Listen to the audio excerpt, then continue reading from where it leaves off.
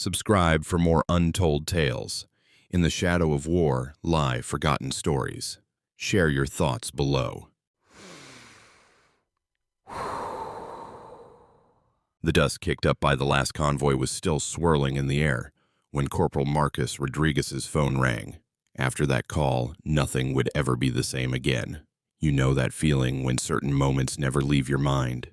The exact temperature, the sunlight filtering through the sandbags in the trenches, the sound of the generator penetrating deep into our ears from a quarter-mile away.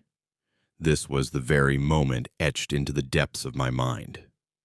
It was October 2009, and we were at Chapman Forward Operating Base, set up just outside Kandahar. It was early in the day, and the thermometer read 98 degrees. As I sipped my third cup of coffee, Rodriguez burst into the command center.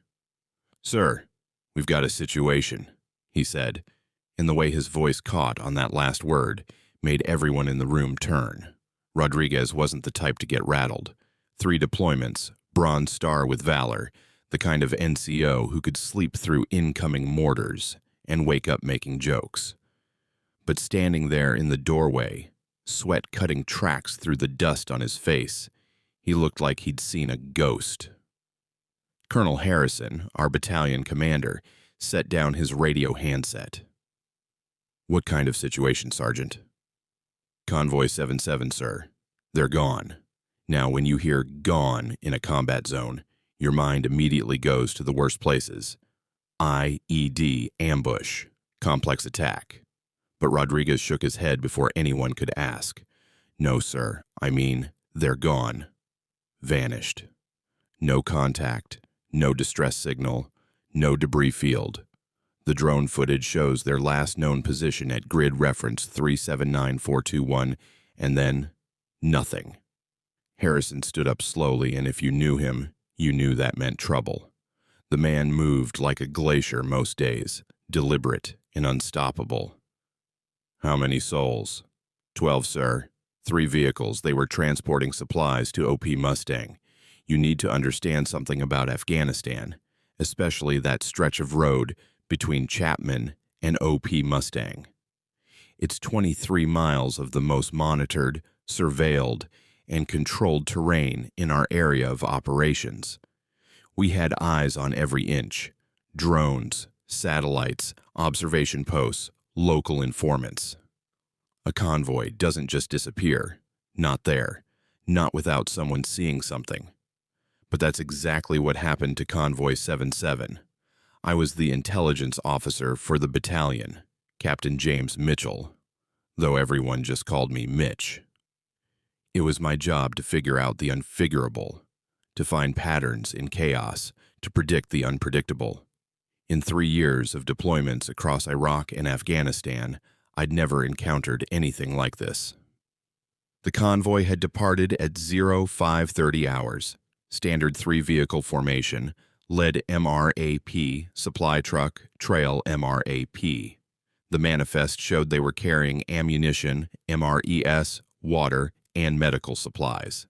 Nothing special, nothing that would make them a high-value target. The personnel list read like a cross-section of America. Sergeant First Class Anthony Thompson from Detroit, Specialist Maria Gonzalez from El Paso, Private First Class David Kim from Seattle, and 9 others whose names would soon be burned into my memory. At 0547, they passed Checkpoint Alpha.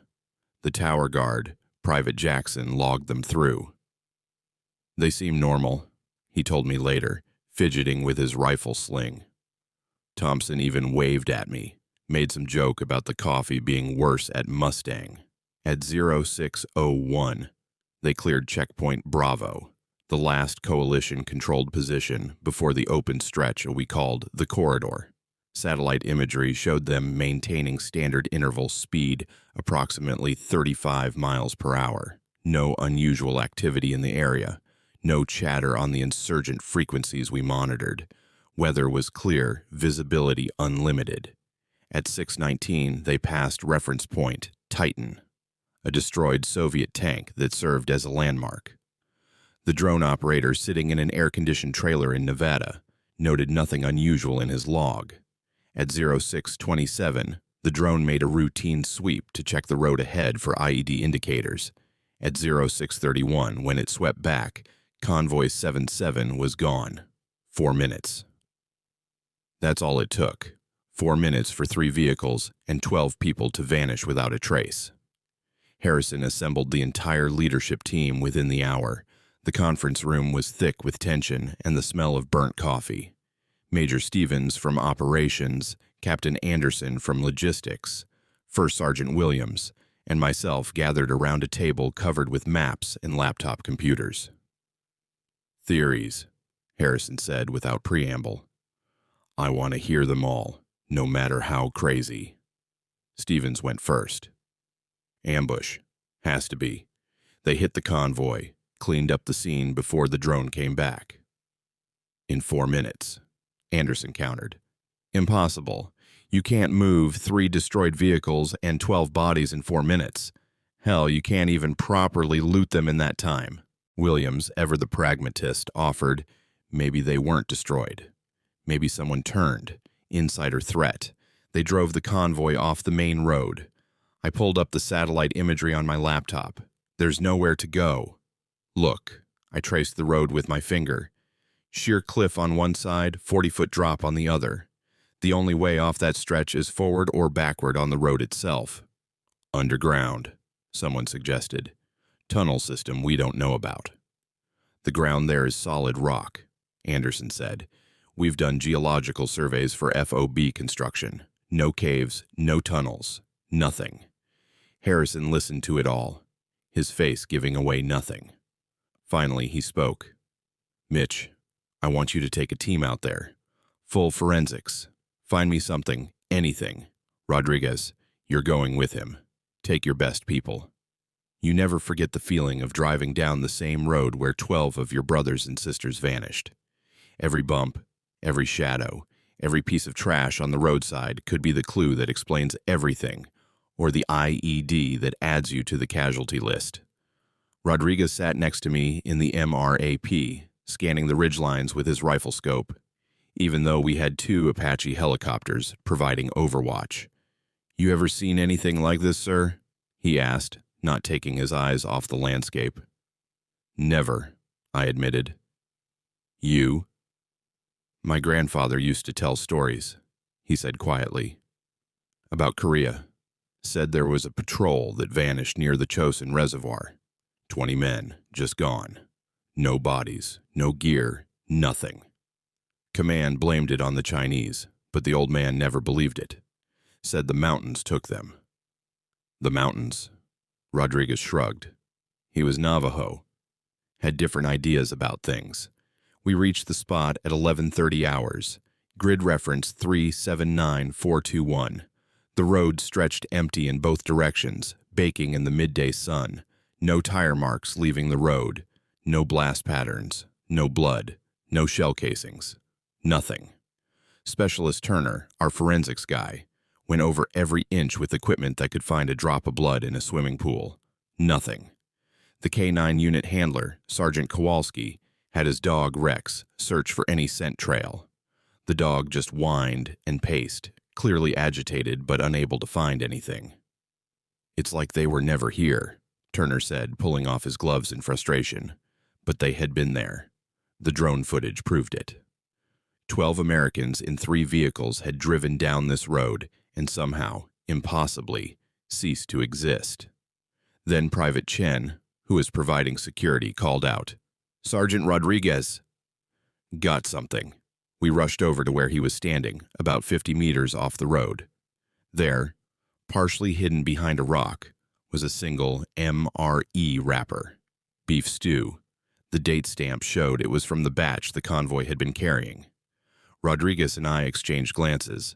The wrapper was clean, no dust on it, meaning it had been placed there recently. But here's what made my blood run cold. It was positioned perfectly equidistant from 3 large rocks, forming a perfect triangle. And in the center of that triangle, scratched into the ground, was a single word in Pashto. "What does it say?" Rodriguez asked. I knelt down. My Pashto was rough but adequate. The word was simple, but it made no sense in this context. Return, I translated. It says, return. We searched for 3 more hours, but found nothing else. As the sun began to set, painting the mountains blood red, we had no choice but to head back to base. 12 Americans were missing, and all we had to show for it was an MRE wrapper and a single word scratched in the dirt. That night, I couldn't sleep. I kept going over the footage, the timeline, the reports. Somewhere in all that data was an answer. Had to be. In war, people died. That was horrible, but understandable. But people didn't just vanish. At 0200, my computer chimed with an encrypted message from an address I didn't recognize. The subject line was blank, but the message contained just one line of text and a set of GPS coordinates. Stop looking or more will disappear. The coordinates were for OP Mustang, where the convoy had been heading. I immediately reported it to Harrison, who ordered Mustang to go on high alert. But I couldn't shake the feeling that we were missing something fundamental. Something that would explain not just where our people went, but why someone wanted us to stop looking for them. As I stood outside the command post, watching the stars that seemed so much brighter here than back home, Rodriguez appeared beside me, cigarette glowing in the darkness. "You know what bothers me most," he said. "What's that?" The wrapper was meant to be found, placed there deliberately. Someone wanted us to know they were alive, at least for a while after they disappeared. He was right. And that raised a question that would haunt me for years to come. If someone had our people, what did they want? And perhaps more importantly, why did they want us to stop looking? The investigation had barely begun, but already it was clear that Convoy 7-Seven's disappearance was no ordinary incident. This was something else, something orchestrated, something that challenged everything we thought we knew about the war we were fighting. Until today, there had never been an attack on OP Mustang. We waited for 3 days after receiving the warning message. Everyone on duty at the station was on standby, constantly cleaning their weapons, observing the mountains surrounding the base, ready to catch even the slightest movement. The smell of pure tension mingled with the dust in the air. You know the smell of blood, right? That sharp, gloomy smell permeated our nostrils. The mountains had not responded to our search for movement. Our only enemy was the fatigue brought on by our situation. Then, on the 4th day, everything changed again. I was in the intelligence center, surrounded by monitors and communication equipment, when Specialist Davis entered. His face was pale, his eyes wide with a mix of excitement and horror. "Sir, you need to see this. Now." She led me to her workstation where she'd been analyzing the drone footage for the 100th time. "I've been running enhancement algorithms on the video trying to find something we missed. Look at this." She pulled up the footage from 0627, the last confirmed visual of the convoy.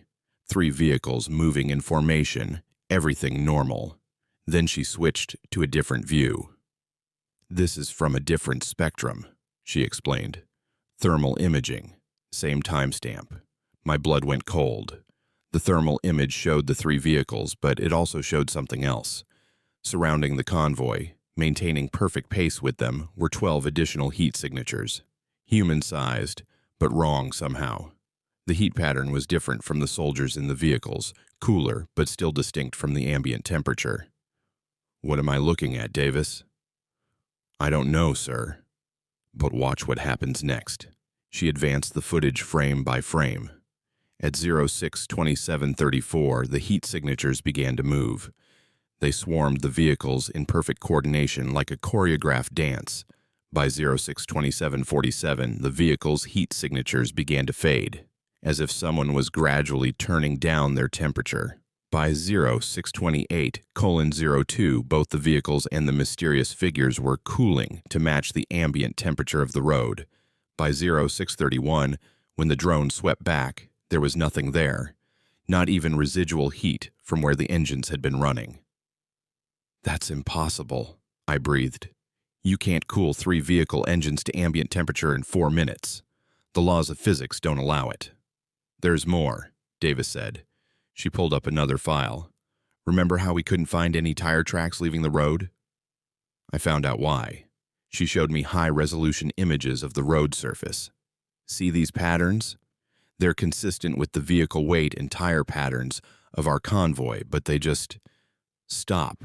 Not like they turned off the road or were lifted. They just stop existing at exactly the same point. I studied the images, my mind racing. Have you shown this to anyone else? No, sir. I wanted you to see it first. Good. Keep it that way for now. I need to think, but I couldn't think, not properly, because what Davis had shown me suggested something that shouldn't be possible. Either we were dealing with technology far beyond anything we knew existed, or number. There had to be a rational explanation. That night, I was summoned to Colonel Harrison's quarters. It was unusual. The colonel preferred to keep everything official in the command post. But when I arrived, I understood why. He wasn't alone. Sitting across from him was a man I'd never seen before, wearing civilian clothes but carrying himself with the unmistakable bearing of a career soldier. "Captain Mitchell," Harrison said, "this is Mr. Smith from another agency. He's here about Convoy 7-7. Smith didn't offer to shake hands. He was perhaps 50, gray at the temples with eyes that seemed to catalog everything they saw. When he spoke, his accent was deliberately neutral, scrubbed of any regional indicators. "Captain, what I'm about to tell you is classified beyond your current clearance level. Colonel Harrison has vouched for you, which is the only reason you're hearing this." He pulled out a tablet, entered a long passcode, and showed me a map. It displayed Afghanistan, but also parts of Pakistan, Iran, and the former Soviet republics. Scattered across it were red dots, 17 of them. Each dot represents an incident similar to your convoy's disappearance. Different military forces, American, British, Soviet, even going back to the British Empire in the 1800s. Same pattern every time. Small unit, routine movement, vanishes without a trace. I studied the map. That's over 200 years of incidents. 207 years to be precise. The first recorded incident was in 1802, British East India Company, 12 men escorting a pay wagon through the Khyber Pass, never seen again. You're suggesting this is what? Some kind of phenomenon? Like the Bermuda Triangle? Smith's expression didn't change. "I'm not suggesting anything, Captain. I'm telling you facts. Here's another fact. In 30% of these cases, some or all of the missing personnel reappeared. That got my attention. Reappeared? When? Where? Various times and places. Sometimes days later, sometimes years. The longest gap was 43 years. A Soviet soldier who vanished in 1979 walked into a UN outpost in 2022. That's impossible. He'd be 73 years old, yes. He was 19 when he disappeared, still 19 when he came back. The room felt suddenly cold, despite the desert heat outside. Harrison hadn't said a word, just watched me process this information. Where had he been? I managed to ask. He couldn't say. Not wouldn't. Couldn't. Brain scans showed massive abnormalities in his memory centers. The few things he could remember made no sense. He talked about a place with no sun but somehow still light, where time moved differently, where the mountains were alive. Smith pulled up another file on his tablet. 3 weeks ago, before your convoy disappeared, we detected an energy signature in this region that we've only seen before in connection with these incidents. We tried to warn your command, but the message got buried in bureaucracy. An energy signature? What kind of energy? Unknown. It doesn't match anything in our understanding of physics, but it appears shortly before each disappearance and shortly after each reappearance. So you knew this might happen and didn't warn us. I couldn't keep the anger out of my voice. We warned the appropriate channels. The warning was deemed non-credible intelligence by someone in your chain of command. His tone suggested he shared my frustration. That's why I'm here now, to make sure the next warning isn't ignored. The next warning? Smith and Harrison exchanged glances. Harrison nodded and Smith continued. The energy signature is building again, stronger this time. We estimate you have between 48 and 72 hours before another incident. Where? We can't pinpoint it exactly. Somewhere within 50 kilometers of your current position. 50 kilometers. That covered 3 FOBS, 7 OPS, and dozens of patrol routes. Hundreds of potential victims. What do you need from me? I asked. Find a pattern we've missed. You know this area, these people. The locals might have stories, legends, something that could help us understand what's happening. After Smith left, Harrison and I sat in silence for a moment. Finally, he spoke. Mitch, I don't believe in fairy tales or conspiracy theories, but I've seen the classified files. Whatever's happening here, it's real, and it's beyond our current ability to stop. All we can do is try to minimize casualties. Sir, with all due respect, how do we fight something we don't understand? We don't fight it. We survive it, and we get our people back if we can. I spent the rest of the night poring over the files Smith had given me access to. The patterns were there, but made no sense. The incidents happened in different seasons, different weather conditions, different times of day. The only constants were the location, always in mountainous regions, and the complete disappearance of all evidence. At 0400, Rodriguez found me still at my desk, surrounded by maps and reports. Sir, you need to see this, he said, holding out a worn notebook. Remember, I mentioned my grandfather's stories about Korea? I called him last night, told him about the convoy. He said I should give you this. The notebook was filled with handwritten text in a mixture of English and Navajo. Rodriguez translated as I read. It's a collection of stories from various indigenous peoples who've lived near mountains. Apache, Navajo, some Central Asian tribes. They all talk about the same thing. Places where the world is thin, where people can slip through to somewhere else. Somewhere else? They call it the between place, or sometimes the waiting lands. They say time doesn't work right there, that it's neither here nor there, neither then nor now. I looked up at Rodriguez. Your grandfather believes this. My grandfather survived Chosin Reservoir when 20 of his friends didn't. He believes something took them. And, sir, he says he knows how to get them back. How? Rodriguez hesitated. He says you have to offer a trade. The mountains don't give back what they take without getting something in return. Under normal circumstances, I would have dismissed this as folklore and superstition. But nothing about the past week had been normal. 12 Americans were missing, physics was being violated, and a shadowy agency was telling me about incidents spanning centuries. What kind of trade? I asked. Before Rodriguez could answer, alarms began blaring throughout the base. I ran to the command post, Rodriguez right behind me. The duty officer's face was white as a sheet. Sir, we've lost contact with Patrol Base Walker. Last transmission was 30 seconds ago. They reported seeing lights in the mountains, moving in patterns that didn't make sense. Then nothing. Patrol Base Walker. 18 soldiers. My stomach dropped as I realized Smith's timeline had been wrong.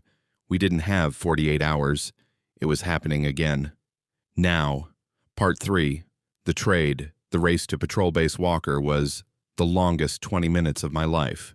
2 Black Hawk helicopters flew through the endless blue at dawn, carrying a rapid response force that might already be too late. I was in the front helicopter with Rodriguez and his team, the mountains flowing beneath us like water. The answers we desperately sought might be hidden within the shadows. 2 minutes out, the pilot announced. Below us, Patrol Base Walker looked normal. Too normal. The small outpost sat on a hilltop overlooking a valley, its HESCO barriers and guard towers exactly as they should be. No smoke, no damage, no signs of attack. No signs of life either. We fast roped down into the compound, Weapons ready, expecting anything except what we found. Nothing. The base was empty. 18 soldiers, gone. Coffee still steaming in cups. A half-eaten breakfast on a table. Radios still crackling with static. The generators humming along, as if nothing had happened. "Sir," Private Washington called out from the command post, "you need to hear this." He'd found a digital recorder still running, apparently dropped or left behind by whoever had been on radio watch. I rewound it and pressed play. Static, then a voice I recognized as Sergeant Major Brooks, the senior NCO at Walker. "Base, this is Walker Actual. We've got—" I don't know how to describe this. Lights on the mountainside, moving in formation. Not aircraft, not vehicles. They're beautiful. Like nothing I've ever—" A younger voice interrupted. "Sergeant Major, they're getting closer." "Maintain positions. Nobody fires unless I—" Brooks paused. "Do you hear that? It sounds like singing." Then another voice, filled with wonder. "Look at the air. It's opening." After that, nothing but static. Rodriguez and his men had spread out, searching every building, every corner of the base. But I already knew what they'd find. Nothing. Just like the convoy. I walked to the northern wall of the compound, looking out at the mountains where Brooks had reported seeing lights.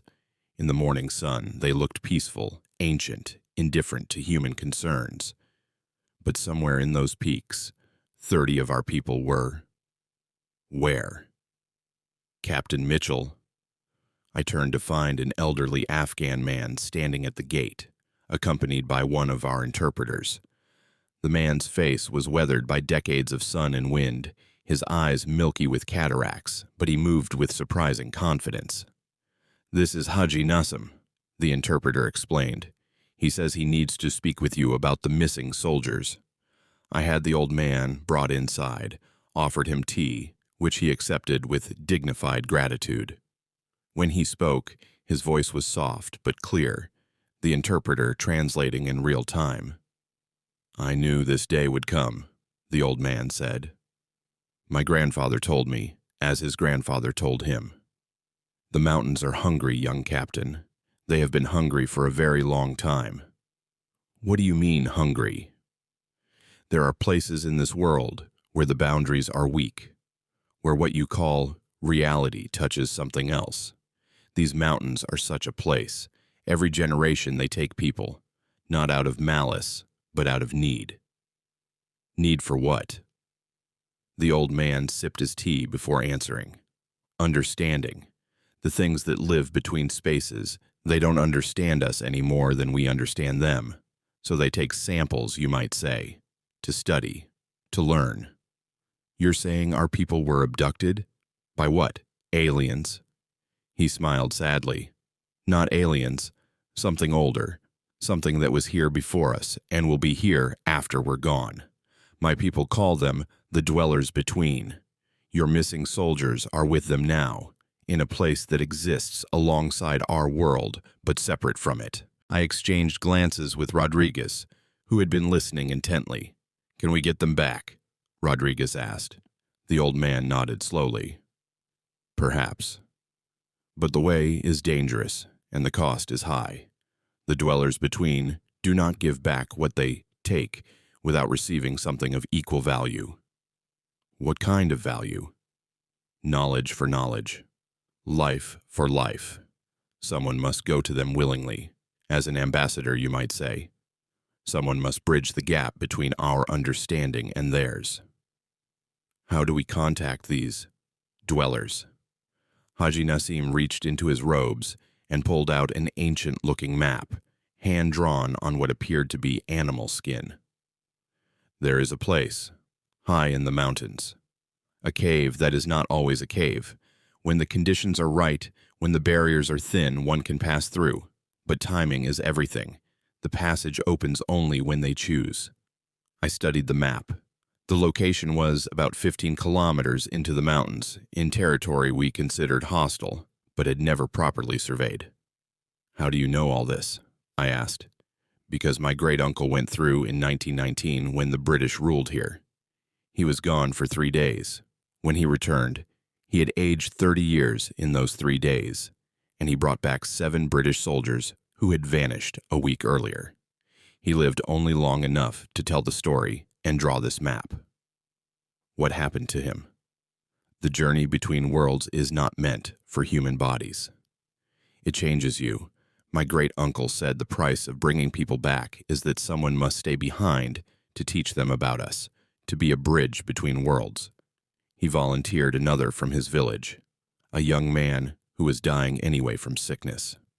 That man stayed so the soldiers could return. Rodriguez stood up abruptly. "I'll go." "Sergeant, absolutely not. Sir, with all due respect, those are our people out there. 30 Americans who deserve to come home. If there's even a chance this is real, someone has to try." Before I could respond, my radio crackled to life. It was Colonel Harrison, and his voice was tight with controlled panic. "Mitchell, get back here now. We have a situation. The flight back to FOB Chapman took only minutes, but the base I returned to was in chaos. Soldiers were pointing at the sky, some taking pictures, others just staring in disbelief. I looked up and felt my understanding of the world crack. Above the base, perhaps 1,000 feet up, the air was wrong. It's hard to describe if you haven't seen it. Imagine looking through water, but the water is vertical, hanging in the air. Through this distortion, we could see glimpses of something else, structures that defied geometry, landscapes that shouldn't exist, and occasionally figures moving with purposes we couldn't fathom.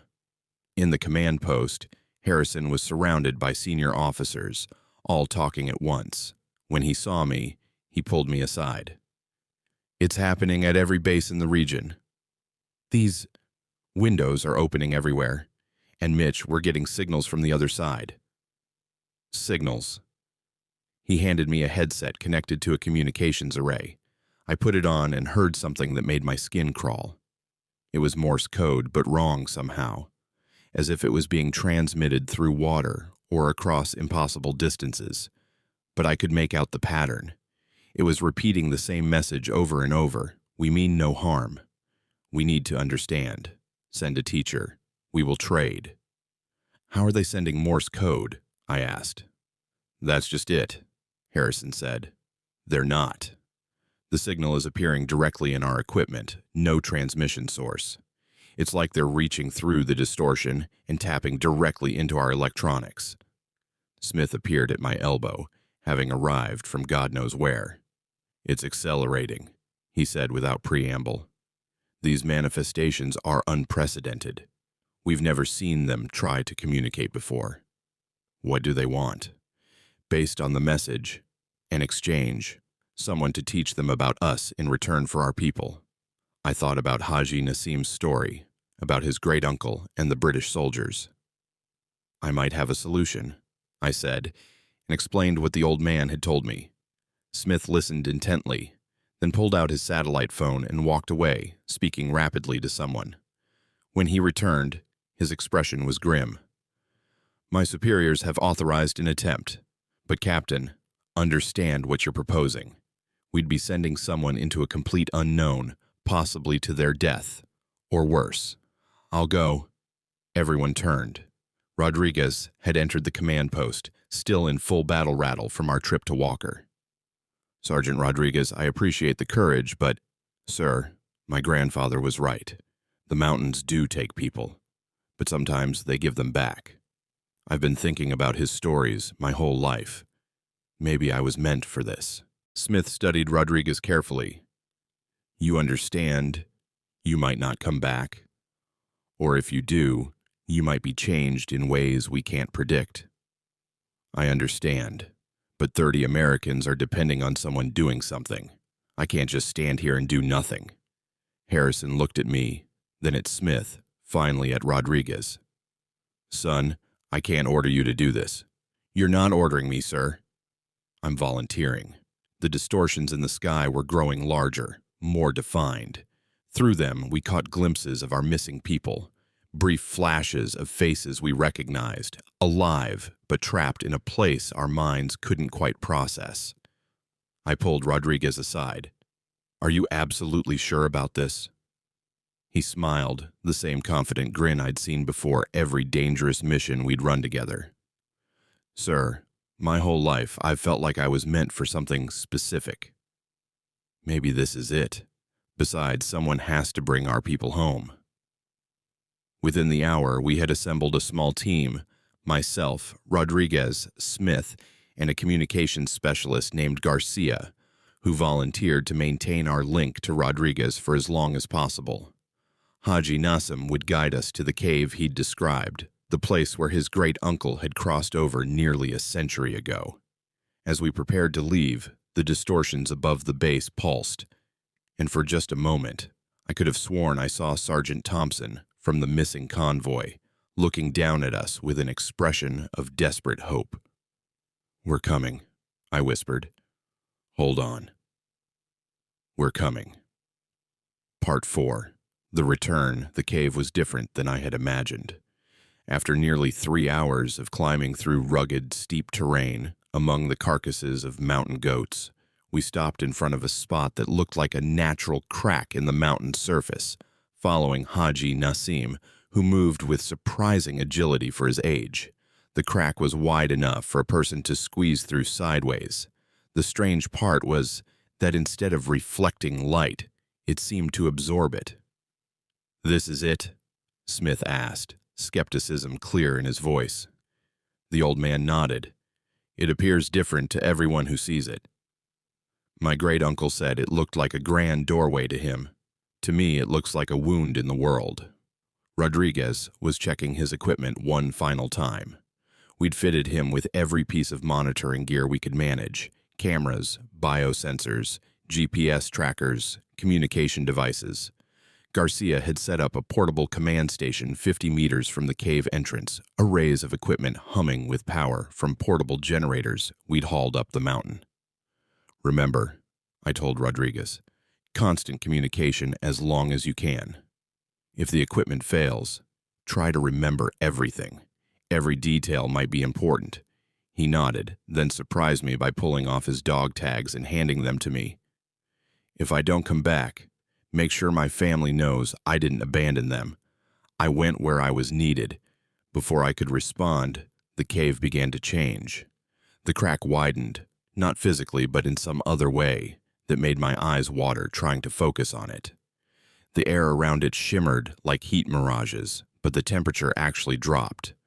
Our breath suddenly visible in the afternoon sun. "The passage is opening," Haji Nassim whispered. "It won't stay open long." Rodriguez took a deep breath, activated his camera, and stepped toward the cave. "Rodriguez entering the anomaly," he said clearly for the recording. "Time is 15:47 hours local." He paused at the entrance, looked back at us one more time, then stepped into the crack and vanished. Not gradually, not walking into darkness. He simply ceased to exist in our space the moment he crossed the threshold. "I've got him," Garcia shouted from his station. "Signal's weak but holding. Rodriguez, do you copy?"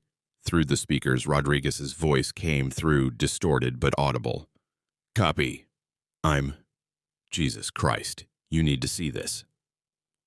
The video feed on Garcia's monitor showed something my brain couldn't quite process.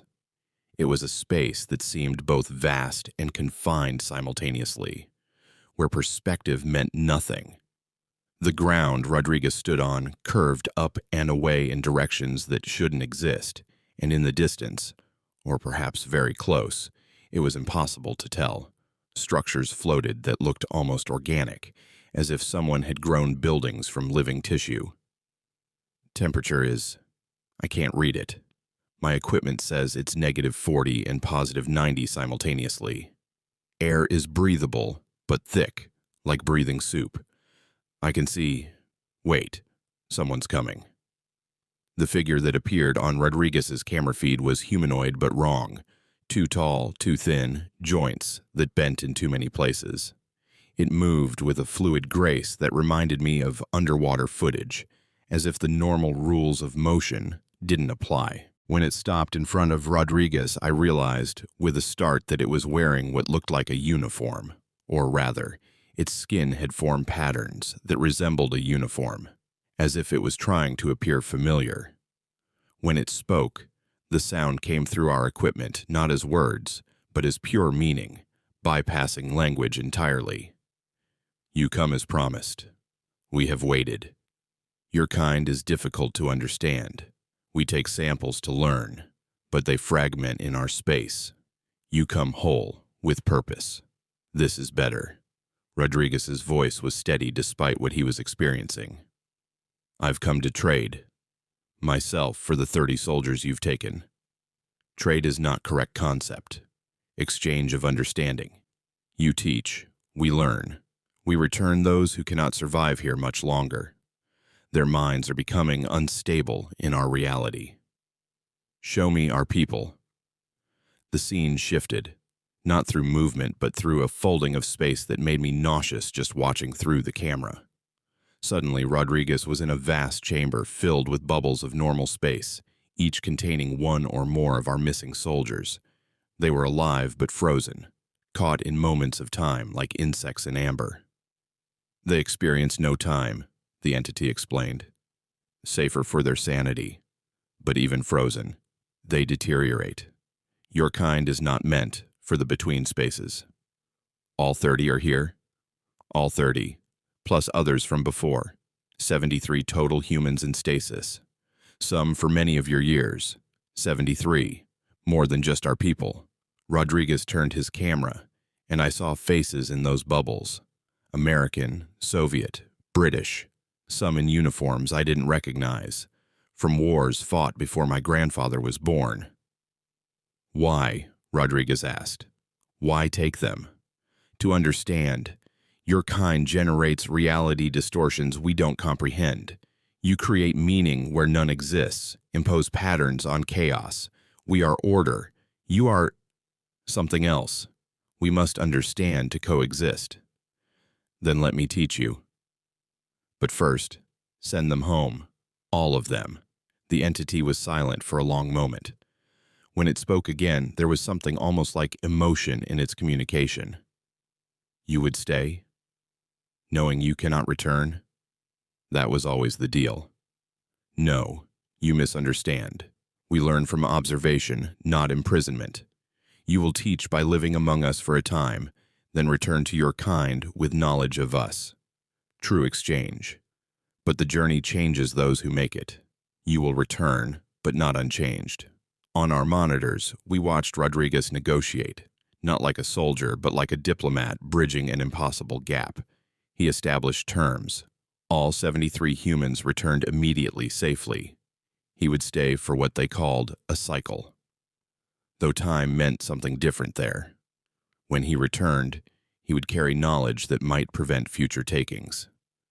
Agreed, the entity finally said. What happened next was both beautiful and terrifying.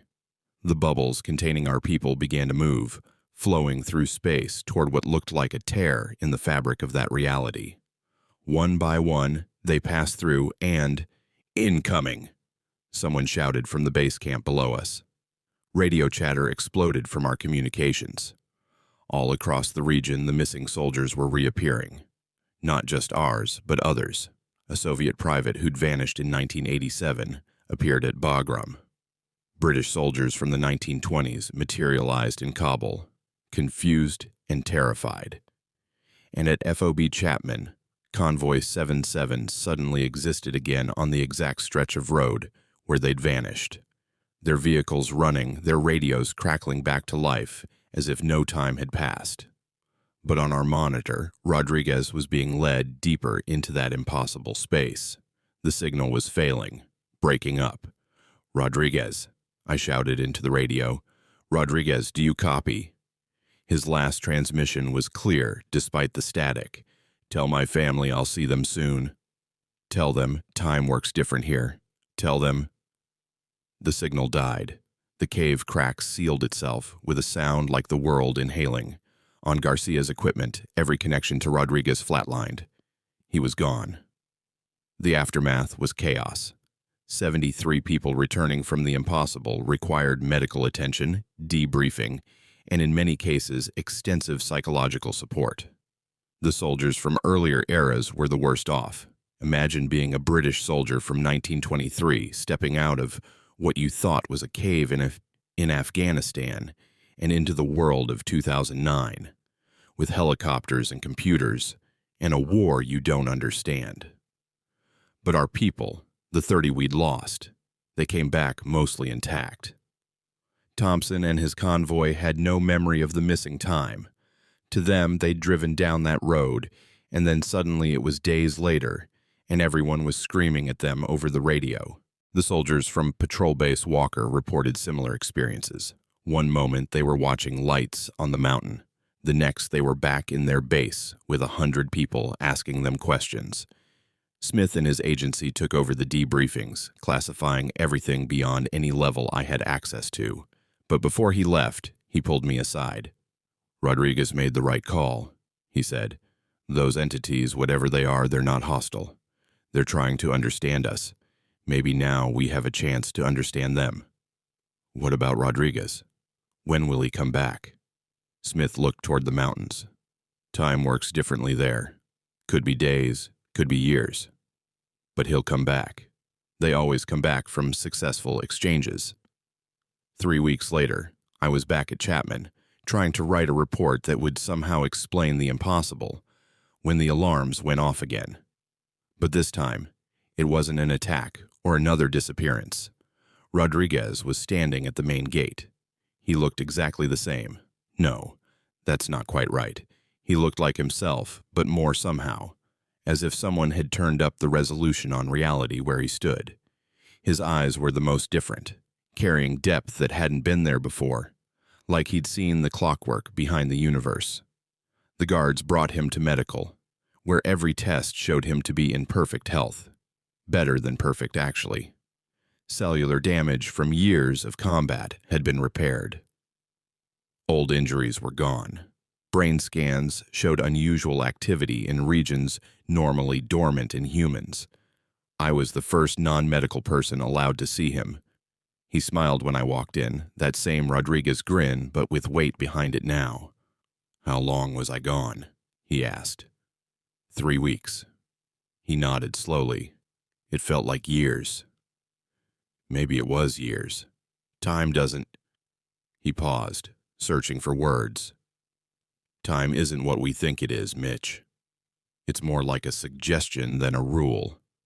"What did you learn?" "Everything. Nothing. They're not from another planet or dimension exactly. They're from the spaces between things, the gaps in reality that have to exist for reality to function. They've been watching us since we first looked at the stars and wondered what they were. They take people to understand how we impose meaning on a universe that fundamentally doesn't have any." "And the disappearances?" "Will stop, mostly. I taught them better ways to observe without disrupting. They didn't understand that taking people traumatized them. They don't experience trauma, can't experience it. But they understand now that we do, and they're curious about that too." Rodriguez was medically cleared, but never returned to regular duty. Smith's agency recruited him for something classified beyond my clearance. The last time I saw him was at Thompson's promotion ceremony. He pulled me aside after. "They're still out there, Mitch. Watching, learning. They showed me things. Wars that haven't happened yet. Peace we can't imagine. Possibilities that branch out like infinite trees. We're not alone, and we never have been. We're part of something so much bigger than we understand. Is that good or bad?" He thought for a long moment. "It just is. But knowing it's there, knowing we're not stumbling through darkness alone, yeah, I think that's good." The official record lists the incident as a mass hallucination caused by chemical exposure, with all personnel recovering fully. The only acknowledgement that something unusual happened is a small change in protocol. Patrol routes in that region now carefully avoid certain areas during certain times, and anyone reporting unusual lights in the mountains is to be taken seriously and immediately evacuated. But I know the truth. 30 soldiers disappeared and came back. A man walked between worlds and returned with knowledge we're still trying to understand. And somewhere in the spaces between spaces, entities that exist outside our conception of reality are trying to understand why humans create meaning in chaos, why we love, why we sacrifice ourselves for others. Rodriguez sent me a message last month, the first communication I'd had from him in over a year. It contained just one line. They want to understand courage. I told them to watch us. We're experts at impossible things. I still have his dog tags. I've tried to return them several times, but he always refuses. Keep them, he says. They're from before. I'm different now. Different, maybe. But still Rodriguez. Still the sergeant who volunteered to walk into the impossible to bring his people home. Still a soldier who understood that sometimes the mission requires you to go places no map can show and trust that you'll find your way back. The mountains outside Kandahar still loom on the horizon, ancient and mysterious. Sometimes, on clear nights, I swear I can see lights moving in patterns that don't quite make sense. But I'm not afraid anymore. Rodriguez taught me that the unknown isn't always the enemy. Sometimes it's just trying to understand us as much as we're trying to understand it. Sometimes the real courage isn't in fighting what we don't understand, but in being willing to meet it halfway. The war in Afghanistan would continue for another decade after these events. Thousands more would serve, fight, bleed, and die in those mountains. But for a brief moment, in 2009, the war paused while something impossible happened. Enemies became irrelevant. National boundaries meant nothing. For a few weeks, the only thing that mattered was bringing people home. And one man's courage made it possible. I never included any of this in my official reports. Some stories aren't meant for official records. They're meant to be remembered, shared in quiet moments between those who understand that the world is stranger and more wonderful than we're allowed to believe. Rodriguez was right. We are experts at impossible things. And sometimes, just sometimes, that's exactly what the universe needs us to be.